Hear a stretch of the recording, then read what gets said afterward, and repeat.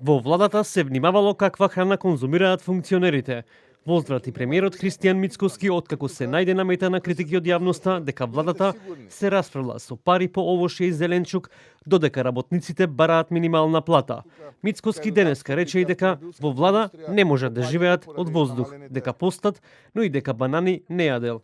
Јас банани не јадам конкретно, но ќе го проверам сето тоа дали е така, но ако е целта да најдеме нов начин и нова формула во владата, ако може на воздух да се живее, еве јас ќе ви кажам дека сега сме во месец на рамазански и великденски пости, внимаваме каква храна конзумираме, конкретно јас постам, знам дека голем дел од колегите и од христијанска православна вероисповест и од исламска вероисповест постат и ги почитуваат овие пости, така што во периодот ќе внимаваме овие трошења да ги сведеме ако е можно на нула. Претходно од партијата на Левица посочи дека владата троши државни пари за да се гостат со скапи деликатеси како папаја, манго, аспарагус и други овошје и зеленчуци.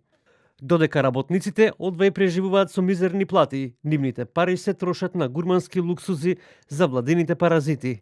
Или владата веднаш ќе го прифати зголемувањето на минималната плата, или ќе се соочи со отпор што нема да може да го игнорира.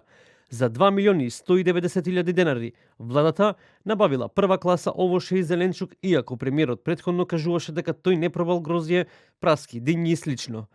Наместо веднаш да го прифати предлогот на ССМ за минимална плата од 500 евра, владеачката коалиција ДПМН знам вреди избра да троши народни пари на екзотични овошје и храна која е недостижно за обичниот работник. Папаја, аспарагус, манго, ананас, авокадо, лепот по 100 до 440 денари и многу друго.